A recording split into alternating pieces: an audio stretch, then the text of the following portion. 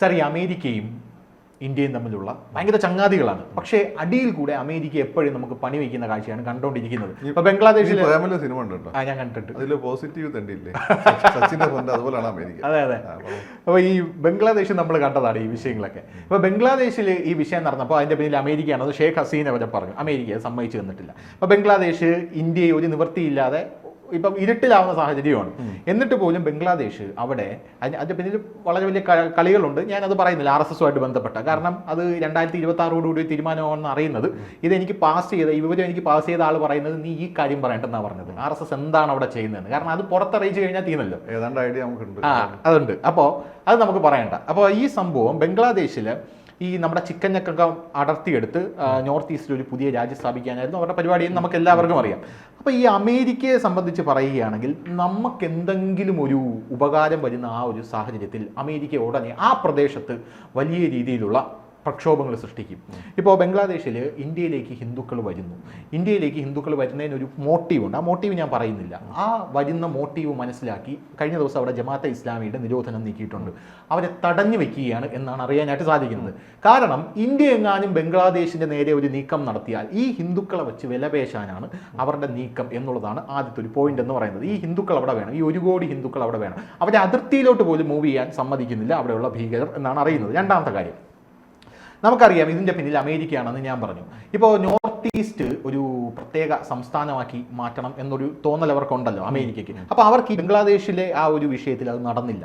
പക്ഷെ അവിടെ ചെയ്യുന്ന വേറൊരു വലിയ കാര്യമുണ്ട്. കഴിഞ്ഞ ദിവസമല്ല, കുറച്ച് നാളായി ഈ അമേരിക്കയും ഈ UK ഒക്കെ ചേർന്ന് ഡീഫോറസ്റ്റേഷൻ എന്ന് പറഞ്ഞൊരു ബില്ലൊക്കെ കൊണ്ടുവന്നത് അറിയാൻ പറ്റില്ല. എന്ന് പറഞ്ഞാൽ ഇനി മുതൽ വനനശീകരണം നടത്തി ഉണ്ടാക്കുന്ന പ്രോഡക്ട്സ് ഒന്നും നമുക്ക് വേണ്ട എന്നുള്ളൊരു വിഷയം അവർ കൊണ്ടുവന്നിട്ടുണ്ടായിരുന്നു north east.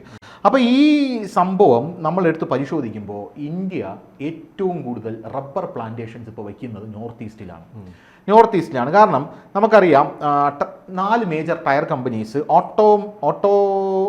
Automotive tyre manufacturers association, ആത്മയും ഇവരും കൂടെ നമ്മൾ രണ്ടുപേരും കൂടെ സംയുക്തമായിട്ട് ചേർന്നിട്ട് 1000 കോടി രൂപയുടെ റബ്ബർ പ്ലാന്റേഷനാണ് നോർത്ത് ഈസ്റ്റിൽ വയ്ക്കുന്നത്. അപ്പോൾ അങ്ങനെ ഒരു നീക്കം മുന്നിൽ കണ്ടിട്ടാണ് ഇപ്പോൾ അമേരിക്ക ഇനി മുതൽ ഡീഫോറസ്റ്റേഷൻ നടത്തി ഉണ്ടാക്കുന്ന പ്രോഡക്ട്സ് ഒന്നും നമുക്ക് വേണ്ട ലോകമെമ്പാടും. പക്ഷേ ഇപ്പം നമുക്കത് വലിയ വിഷയമല്ലെങ്കിലും ഭാവിയിൽ അമേരിക്കയ്ക്ക് നോർത്ത് ഈസ്റ്റിനെ സ്വാധീനിക്കാൻ ഇതൊരു ഘടകമല്ലേ എന്ന് എൻ്റെ ആദ്യത്തെ ചോദ്യം. രണ്ടാമത്തെ ചോദ്യം എന്ന് പറയുന്നത്, നമ്മുടെ ഇതുപോലെ ഇന്ത്യക്ക് ഒരു വികസനം വരുമ്പോഴുണ്ടല്ലോ, ഇതുപോലെ നമ്മുടെ ജമ്മു കാശ്മീർ, അവിടെ ലഡാക്കിലാണ് ലോകത്തിലെ 2ാമതാണെന്ന് തോന്നുന്നു ഏറ്റവും വലിയ ലിഥിയം ശേഖരം കണ്ടെത്തിയത്. ഏറ്റവും വലിയ ലിഥിയം ശേഖരം. അപ്പോൾ ഈ വലിയ ലിഥിയം ശേഖരം കണ്ടെത്തിയത് സത്യം പറഞ്ഞാൽ നിതിൻ ഗഡ്കരിയുടെയും നമ്മുടെ കേന്ദ്രത്തിൻ്റെയും ഭാഗ്യമാണെന്ന് ഞാൻ പറയും. നമ്മളൊരു ഇലക്ട്രിക് വിപ്ലവത്തിന് മുന്നോടിയായിട്ട് കാലെടുത്ത് വയ്ക്കുമ്പോൾ ഒരു നിധി പോലെയാണ് ഈ ലിഥിയം ശേഖരം കണ്ടെത്തിയത്. ഈ ലിഥിയം ശേഖരം അവിടെ കണ്ടെത്തിയ ആ ഒരു സാഹചര്യത്തിൽ പെട്ടെന്ന് അവിടെ ഭീകരാക്രമണം വരുന്നു. ഈ ഭീകരാക്രമണങ്ങൾ വരുമ്പോൾ അതിൽ നമ്മൾ ഏറ്റവും കൂടുതൽ എടുത്തു പറയേണ്ടത് ഈ ഭീകരവാദികൾ ഉപയോഗിക്കുന്ന ബുള്ളറ്റാണ്. കാരണം ഇന്ത്യക്ക് ബുള്ളറ്റ് പ്രൂഫ് ജാക്കറ്റ് ഉണ്ട്, ഇന്ത്യ അത് കയറ്റുമതി ചെയ്യുന്നുമുണ്ട്. ഈ ബുള്ളറ്റ് പ്രൂഫ് ജാക്കറ്റുകൾ ലെഡ് ബുള്ളറ്റുകളാണ് ഈ ഭീകരവാദികൾ ഉപയോഗിക്കുന്നത്. പക്ഷേ ഇപ്പോൾ സ്റ്റീൽ ബുള്ളറ്റുകൾ അവന്മാരുടെ കയ്യിലുണ്ട്. ഈ സ്റ്റീൽ ബുള്ളറ്റുകൾ എന്ന് പറഞ്ഞാൽ അഫ്ഗാനിസ്ഥാനിൽ താലിബാനെ അധികാരം ഏൽപ്പിച്ചിട്ട് അമേരിക്ക അവിടെ നിന്ന് പിൻവാങ്ങിയപ്പോൾ ഒരുപാട് ആയുധങ്ങൾ അവിടെ ഇട്ടിട്ട് പോയി. അമേരിക്ക അവിടെ ഇട്ടിട്ട് പോയത് അവർക്ക് കൊണ്ടുപോകാൻ പറ്റാത്തതാണെന്ന് പറയുന്നുണ്ടെങ്കിലും ഇന്ത്യക്കെതിരെ ഉപയോഗിക്കാനാണ് അത് അവിടെ ഇട്ടിട്ട് പോയത് എന്നുള്ള നെറേറ്റീവ് അന്നേ ഉണ്ടായിരുന്നു. അത് സത്യമാകുന്ന നിലയിൽ അഫ്ഗാനിസ്ഥാനിൽ അമേരിക്ക ഇട്ടിട്ട് പോയ സ്റ്റീൽ ബുള്ളറ്റുകൾ പാകിസ്ഥാൻ വഴി ട്രാവൽ ചെയ്ത് കശ്മീരിലെ ഭീകരവാദികളുടെ കയ്യിലെത്തുന്നു, നമ്മുടെ പട്ടാളക്കാർക്ക് നേരെ ഉപയോഗിക്കപ്പെടുന്നു. എന്താണ് ഇത് പറയാനുള്ളത്? ഒന്നാമത്തെ കാര്യം, അമേരിക്ക നമുക്ക് എന്താ ഗുണം വരുമ്പോൾ അല്ല അവർ പ്രക്ഷോഭങ്ങൾ ഉണ്ടാക്കുന്നത്. നമുക്ക് ഗുണം വരുമ്പോൾ അവരും നന്നായി സന്തോഷിച്ചിട്ടൊക്കെ ഉണ്ട്. ഗ്ലോബലൈസേഷൻ നടപ്പിലാക്കിയപ്പോൾ അവിടെ നമ്മളെ വിപണി ഉയർന്നപ്പോൾ ഒരുപാട് സബ് കോൺട്രാക്റ്റുകൾ കിട്ടി, ഒരുപാട് മുതലാളിമാരും ഒക്കെ ഇവിടെ ഉണ്ടായി വന്നപ്പോൾ അവരും സന്തോഷിച്ചിട്ടുണ്ട്. കാരണം അത് അവർക്കും കൂടി ഗുണമുള്ള കാര്യമായിരുന്നു. അവർക്ക് ഗുണമുള്ള കാര്യം നമുക്കും കൂടി ഗുണമാകുമ്പോൾ അവർ കൈയടിക്കും. അവർക്ക് ഗുണമില്ലാത്ത കാര്യം നമുക്ക് ഗുണമാകുമ്പോൾ അവർ വെറുതെ പുരികം ഒന്ന് ഉയർത്തി നോക്കും, വലിയ പ്രശ്നമൊന്നുമില്ല. അവർക്ക് ഇഷ്ടമില്ലാത്ത കാര്യം നമ്മൾ ചെയ്യുമ്പോൾ അവർ പണി തരും. അതാണ് ഇപ്പം തന്നുകൊണ്ടിരിക്കുന്നത്. ഇപ്പോൾ ആദ്യകാലത്ത് അവർക്കും നമുക്ക് ഒരേപോലെ ഇഷ്ടമുള്ള കാര്യം നരസിംഹറാവുവിൻ്റെ വാജ്പേയിൻ്റെ കാലഘട്ടത്തിൽ മോഡി വന്നപ്പോൾ അവർക്ക് വിചാരിച്ചാൽ അവർ എല്ലാ കാര്യം മോഡി ചെയ്തു കൊടുക്കുന്നതാണ്. കാരണം ഈ പറഞ്ഞ RSSന് അവിടെ നല്ല ബന്ധങ്ങളൊക്കെ ഉണ്ട്, CIA ആയിട്ട് നല്ല ബന്ധമൊക്കെ ഉണ്ട്. അത് സത്യമാണ്. കാരണം ഈ ഫൗണ്ടേഷനൊക്കെ ആയിട്ട് അത് നമുക്കറിയാവുന്ന വിഷയങ്ങൾ തന്നെ. അപ്പോൾ അങ്ങനെ സംഭവിക്കുന്നതെന്ന് വിചാരിച്ചിരുന്നത്. അപ്പോൾ മോഡി അവർ വിചാരിച്ചതെന്ന് വെച്ചാൽ അവരുടെ സ്വന്തം ആളായി രംഗം നിൽക്കും എന്നായിരുന്നു വിചാരിച്ചത്.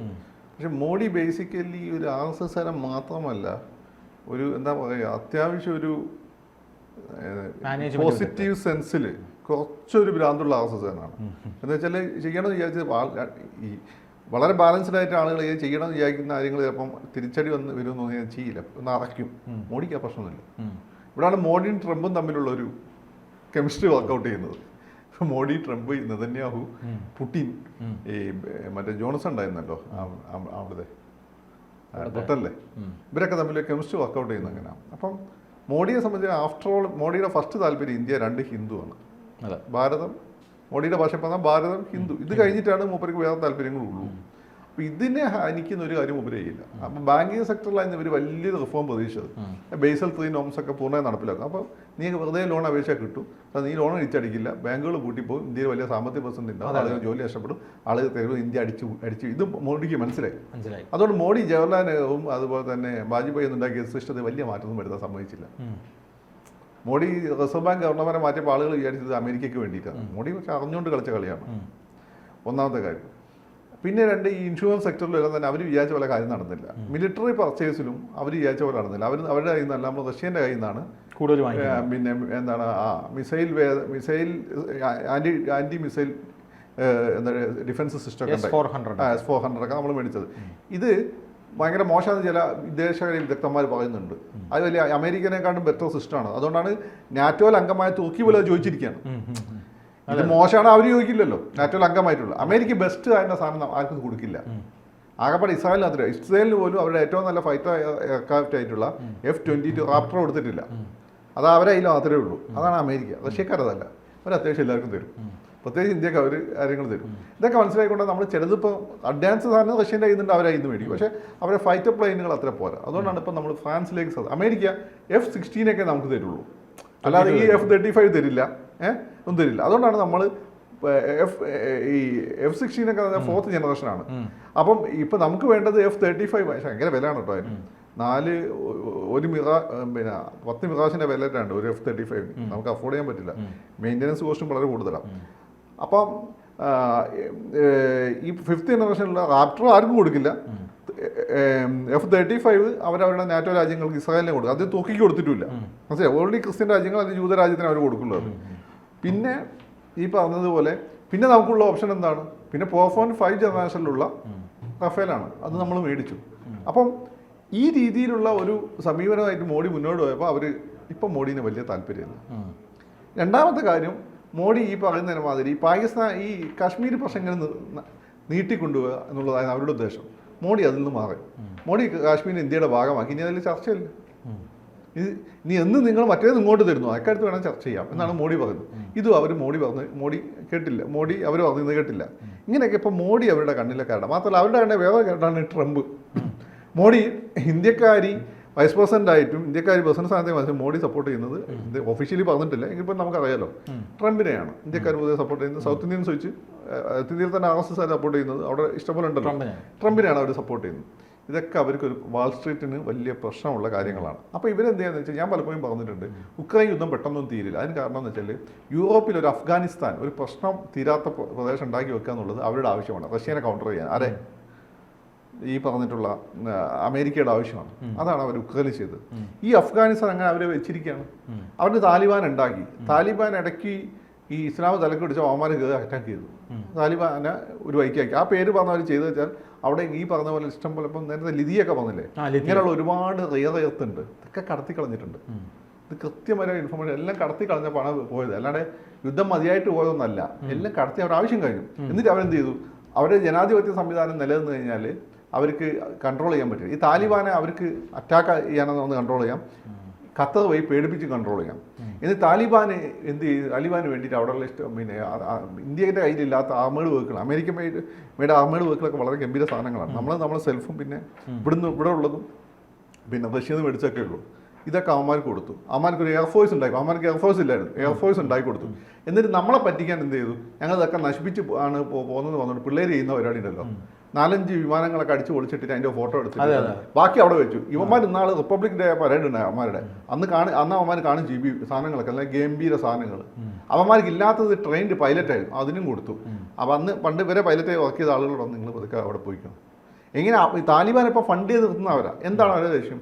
താലിബാനെ ഫണ്ട് ചെയ്യുന്ന അവരുടെ ലക്ഷ്യം എന്ന് വെച്ചാൽ ഇന്ത്യ അല്ല, പാകിസ്ഥാൻ അല്ലല്ല സോറി പാകിസ്ഥാൻ അല്ല, ഇന്ത്യയാണ്. ഇന്ത്യയാണ്. ഇന്ത്യയും ഇറാനും റഷ്യയാണ്.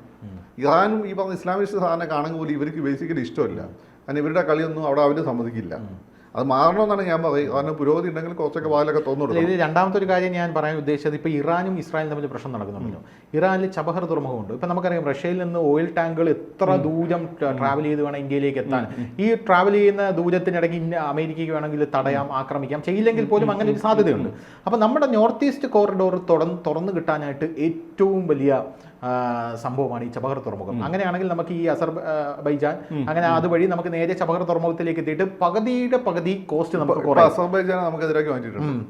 അങ്ങനെ എത്തും, ചബഹറിലെത്തും. ഇപ്പൊ ഈ ഇറാനിലും ഇത്തരത്തിലുള്ള വലിയ പ്രതിസന്ധി അമേരിക്ക സൃഷ്ടിച്ചുകൊണ്ടിരിക്കുകയാണ്. അപ്പൊ ഇന്ത്യ എവിടെയൊക്കെ വളരാനായിട്ട് ആഗ്രഹിക്കുന്നു. വേറൊരു കാര്യം, ഈ ബംഗ്ലാദേശിൽ ഈ ക്രിസ്ത്യൻ രാജ്യം വരുന്നതിന് മുമ്പേ ഞാൻ മനസ്സിലാക്കുന്നത് സുന്ദർബൻസിൽ വലിയൊരു ഓയിൽ റിസർവ് കണ്ടെത്തിയിട്ടുണ്ടെന്നൊരു ടോക്കുണ്ട്. അവിടെ ഇന്ത്യ പര്യവേഷണം നടത്തുന്നുണ്ട്. അപ്പൊ ഇത് കണ്ടിട്ട് അമേരിക്കയ്ക്ക് ഹാലിളവി. അപ്പോൾ അതുകൊണ്ട് ബംഗ്ലാദേശിനെ തകർത്ത് കഴിഞ്ഞാൽ ഇതെല്ലാം കൂടെ ഒരു ചളവാകും. ഇതിന്റെ കാര്യം എന്താ പറയുക, അമേരിക്ക ഇത് മുന്നേ കണ്ടെത്തിയിട്ടുണ്ട്. കാരണം ഇന്ത്യയിൽ ആദ്യത്തെ ഓയിൽ ഫീൽഡ് ആസാമിലാണ്. ആ ഓയിലാണ് പണ്ട് ഇവിടെ ഒരുപാട് വാഹനങ്ങൾ, നിനക്കും എനിക്കും വണ്ടി ഉണ്ടായിരുന്നില്ല. അന്ന് അവിടുത്തെ ഓയിലായി നമ്മൾ പ്രധാനമായിട്ട് ഉപയോഗിക്കുന്നത്. ആസാം നമുക്കത് മതിയായിരുന്നു. പിന്നെ ഈ 80കളുടെ അവസാനം, ഇന്ദിരാഗാന്ധിയുടെ അവസാന കാലത്ത് ലിബറലൈസ് ചെയ്തു ഇക്കോണമി. നമ്മൾ വേൾഡ് ബാങ്കിൽ നിന്ന് പൈസ ഒക്കെ എടുത്തതാണ്. അങ്ങനെയാണ് ഈ DCM ടയോട്ടയൊക്കെ ഇവിടെ വന്നു തുടങ്ങിയത്. അന്നോട്ട് വാഹന വിപ്ലവം നടന്നു. വാഹന വിപ്ലവം നടന്നത് ഇവിടുത്തെ ഓയിൽ മതിയാകാതെ വന്നു. അങ്ങനെയാണ് നമ്മൾ വൻതോതിൽ ഇറക്കുമതി ചെയ്ത് തുടങ്ങിയത്. അങ്ങനെയാണ് 80കളിലെ ചന്ദ്രശേഖരന്റെ കാലഘട്ടത്തിൽ സാമ്പത്തിക പ്രതിസന്ധിയിലേക്ക് ഇന്ത്യ പോകാൻ കാരണം ഇതാണ്. ആളുകൾക്ക് അറിയില്ല എന്തുകൊണ്ടാണ് പോയത്. ഇതുകൊണ്ടാണ് ഇറക്കുമതി കൂടി ഓയിലിൽ. അതാണ് കാര്യം. അപ്പം ഇതൊക്കെ അവന്മാർക്ക് അറിയാം. മാത്രമല്ല ഈ പിന്നെ കൊല്ലത്ത് ഓഫ് ഈ സുരേഷ് ഗോപിക്ക് പെട്രോളിയം മറ്റം കൊടുത്തിരിക്കുന്ന ഒരു കാരണം അതാണ്. ഇവന്മാർ ഓൾറെഡി കണ്ടുവച്ചിട്ടുണ്ട്. ഇപ്പം പ്രശ്നം വെച്ചാൽ ഇന്ത്യ ഇതൊക്കെ മണത്ത് തുടങ്ങിയെന്ന് അവർക്ക് മനസ്സിലായി. ഇപ്പം അവർക്ക് അതിൻ്റെ മുമ്പ് ഇത് വരുമെന്ന് അവർക്ക് അറിയാമായിരുന്നു. അത് കണക്കാക്കിയിട്ടാണ് അവിടെ അവർ ഈ പറയുന്ന, ഞാനത് ക്രിസ്ത്യൻ രാജ്യം എന്ന് പറയുന്നില്ല, കാരണം അത് ആ വലിയ മതത്തിന് അത് നമ്മൾ വിളിച്ചേക്കേണ്ട, അമേരിക്കൻ രാജ്യം. പെന്തക്കോസുകൾ ആശയം എനിക്കിഷ്ടമാണ്. പക്ഷെ അവരുടെ ഈ അമേരിക്കൻ സ്പോൺസേഡ് സംഭവമുണ്ട്. അത് അവിടെയാണ് നമ്മൾ അവരെ എതിർക്കുന്നത്. അപ്പം പെന്തക്കോസ് വൽക്കരിച്ചുകൊണ്ട് പിന്നെ ഈ പറയുന്ന ഈ ഒരു മിലിറ്റന്റ് ക്രിസ്ത്യാനിറ്റി ഉണ്ട്. ഈ ലൂതറൻ സഭ എന്നൊക്കെ പറഞ്ഞിട്ടുള്ള കുറച്ച് ആയുധം എടുക്കുമെന്നല്ല ഞാൻ പറഞ്ഞു, തീവ്ര ആശയക്കാർ അവരാണ് ആ പ്രദേശത്തുള്ളത്. റോമൻ കത്തോലിക്കരൊന്നും അല്ല തീവ്രം. അപ്പോൾ അവരെ ഉപയോഗിച്ചുകൊണ്ട് ബംഗ്ലാദേശ് ഉൾപ്പെടുത്തി, ബംഗ്ലാദേശിൻ്റെ ഭാഗങ്ങൾ ഉപയോഗപ്പെടുത്തി ഒരു രാജ്യം ഉണ്ടാക്കുക. അമേരിക്കൻ പോക്സി, ഒരു ഈസ്റ്റ് തിമൂർ പോലെ, സദേൺ സുഡാൻ പോലെ ഒരു രാജ്യം ഉണ്ടാക്കുക എന്നുള്ളതാണ് അവരുടെ ഉദ്ദേശം. ഇത് ആദ്യമേ അവർ പ്ലാൻ ചെയ്താണ്. ഇങ്ങനെ ഒരു രാജ്യം ഉണ്ടായിക്കഴിഞ്ഞാൽ അവർക്ക് അവിടെ നിന്ന് ചൈനയെയും ഇന്ത്യനെയും ബർമയും കൺട്രോൾ ചെയ്യാം. ബർമ ഇവിടെ സ്കാനറുള്ള ഇഷ്ടംപോലെ നാച്ചുറൽ റിസോഴ്സസ് ഉള്ളതാണ്. അപ്പം അപ്പുറത്താണെങ്കിൽ താലിബാൻ അവരുടെ കയ്യിൽ കിടക്കുന്നുണ്ട്. താലിബാൻ്റെ ആഗ്രഹം എന്താണ്? ഇസ്ലാമിക് ഇമ്പീരിയലിസമാണ്. ഇവന്മാരുടെ ആഗ്രഹം എന്താ? ക്യാപിറ്റലിസ്റ്റ് ഇമ്പീരിയലിസമാണ്. അപ്പോൾ ഈ രണ്ട് ഇമ്പീരിയലിസത്തിന്റെ ശത്രുക്കളാണ്, ഒന്ന് ഇറാനും ഒന്ന് ഇന്ത്യയും. ഇറാനും നമ്മളൊരു പ്രശ്നങ്ങളൊക്കെ ഉണ്ട് അവിടെ. നമ്മൾ അത്യാവശ്യം നമ്മൾ ഇവിടുത്തെ തീവ്രവാദികളൊക്കെ അവർ ഫണ്ട് ചെയ്യുന്നൊക്കെ ഉണ്ട്, നമ്മൾ ഫ്രണ്ടായി നിൽക്കുമ്പോൾ. എങ്കിൽ പോലും ഒരു കോമൺ കേസിൽ നമ്മൾ ഒരുമിച്ച് നിൽക്കും. ചൈന ആയാലും ഇന്ത്യ ആണെങ്കിലും ഇറാൻ ആണെങ്കിലും നമ്മളുടെ നിലയിൽ ഇപ്പോൾ നമുക്ക് പറയാം, നമ്മൾ അംബീഷ്യസുമാണ്. അപ്പോൾ നമ്മളെ തകർക്കാൻ വേണ്ടി ഇവരെന്ത് ചെയ്യും? ഇവർ ഈ പോക്സീൻ ഉണ്ടാക്കി കളിച്ചുകൊണ്ടിരിക്കുകയാണ് അത്യാവശ്യമായിട്ട്. അപ്പോൾ അവിടെയുള്ള 1 കോടി ഹിന്ദുക്കൾക്ക് ഒരു 10,000 ഹിന്ദുക്കൾക്ക് പ്രശ്നം വന്നാൽ നമ്മളവിടെ ഇടപെടും. ആ കാര്യം വന്ന് നമുക്ക് സാക്ഷ്യം കൊണ്ടുവരാം. എന്നിട്ട് നമ്മളെ ഞെരുക്കുക ജനങ്ങൾ നമുക്കെതിരാവും. ആ സമയത്ത് കാസ്റ്റ് സെൻസസ് കൂടി നടത്തിപ്പിക്കാം. ഹിന്ദുവിനെതിരാവും. ഇതാണ് ഇവന്മാരുടെ പ്ലാൻ. മനസ്സിലായി? പിന്നെ റബ്ബർ പ്ലാന്റേഷൻ എന്ന് വെച്ചാൽ അത് നമ്മുടെ ഒരു പ്ലാനാണ്. ഇപ്പം റബ്ബറിൻ്റെ സിന്തറ്റിക് റബ്ബറാണ് ആളുകൾ ഉപയോഗിക്കുന്നത്. നമുക്ക് പക്ഷേ ആ മേഖലയിൽ കൂടുതൽ വികസനം എത്തിക്കാനും കൂടുതൽ പ്രസൻസ് ഉണ്ടാക്കാനും കൂടുതൽ റോഡുകൾ ഉണ്ടാക്കാൻ നമ്മുടെ ഗവൺമെൻറ് പ്ലാനാണത്. സത്യത്തിൽ ഇപ്പോൾ സിന്തറ്റിക് റബ്ബറിനാണ് ഡിമാൻഡ്. ആ പ്ലാൻ അവർ മനസ്സിലാക്കി. അതാണ് കാര്യം. പിന്നെ അതുകൊണ്ട് അവർ ടാക്സ് കൂട്ടുന്ന രീതി ഡിഫോറസ്റ്റേഷൻ ബില്ല് പുതിയ നിയമം കൊണ്ടുവന്നു. അപ്പോൾ അതൊരു ഉപയോഗിച്ചേ ഉള്ളൂ. അപ്പോൾ നമ്മുടെ ഈ ഐഡിയ അവർക്ക് മനസ്സിലായി. ഇപ്പം അതിൻ്റെ ആവശ്യമില്ല. ഇപ്പോൾ ഇവിടെ തന്നെ റബ്ബറിന് വിലയില്ലാത്ത അവസ്ഥയാണ്. സിന്തറ്റിക് റബ്ബറാണ്.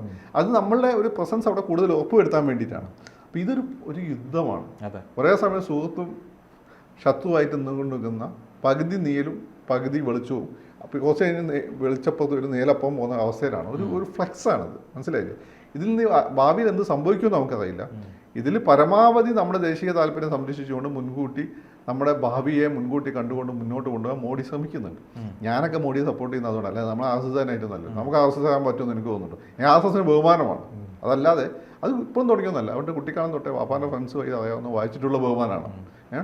പക്ഷേ മുസ്ലിങ്ങൾക്ക് നല്ല മാർക്കറ്റാണ്. അല്ല, എനിക്ക് അങ്ങനെ ഞാൻ ഈ ദേശീയ മുസ്ലിം നിങ്ങൾ എന്താ ഉദ്ദേശിക്കുന്നത്? എന്താ ദേശീയ മുസ്ലിം? അബ്ദുള്ള കുട്ടിയോ? ആദ്യം മനസ്സിലായി. ദേശീയ മുസ്ലിം എന്ന് പറഞ്ഞാൽ ഇന്ത്യൻ ദേശീയ സ്വാതന്ത്ര്യ സമരത്തിൻ്റെ സമയത്ത് മുസ്ലിംസ് പാകിസ്ഥാൻ വേണം എന്ന് പറഞ്ഞ സമയത്ത്, അല്ല ഇന്ത്യയാണ് നമ്മുടെ ഇന്ത്യയുടെ കൂടെ നിൽക്കണം എന്ന് പറഞ്ഞിട്ടുള്ള അബ്ദുൽ കലാം ആസാദ്, ഇവിടാണ് മൊയ്തു മൗലവി, അബ്ദുൾ റഹ്മാൻ സാഹിബ്, ഇവരെ കൂടെ വന്ന ന്യൂനപക്ഷം വരുന്ന മുസ്ലിങ്ങൾ ന്യൂനപക്ഷ ആളുകൾ, അവർ ഗാന്ധിയെയും കോൺഗ്രസിനെയും സപ്പോർട്ട് ചെയ്തവരാണ്. ഗാന്ധിയെയും കോൺഗ്രസിനെ സപ്പോർട്ട് ചെയ്യുക, ദേശത്തെ സപ്പോർട്ട് ചെയ്യുക, ഇന്ത്യയെ സപ്പോർട്ട് ചെയ്യുക നടന്നു. അവരെയാണ് ദേശീയ മുസ്ലിം എന്ന് വിളിക്കുന്നത്. അന്നും അവരെ മുസ്ലിം കമ്മ്യൂണിറ്റി അംഗീകരിച്ചിട്ടില്ല. ഇന്ന് മുസ്ലിം ലീഗ് ഉൾപ്പെടെ, അന്ന് അംഗീകരിക്കാത്തതാണ് പഴയ മുസ്ലിം ലീഗ്. ഇന്ന് മുസ്ലിം ലീഗ് ഉൾപ്പെടെ ആ വേഷത്തിലാണുള്ളത്.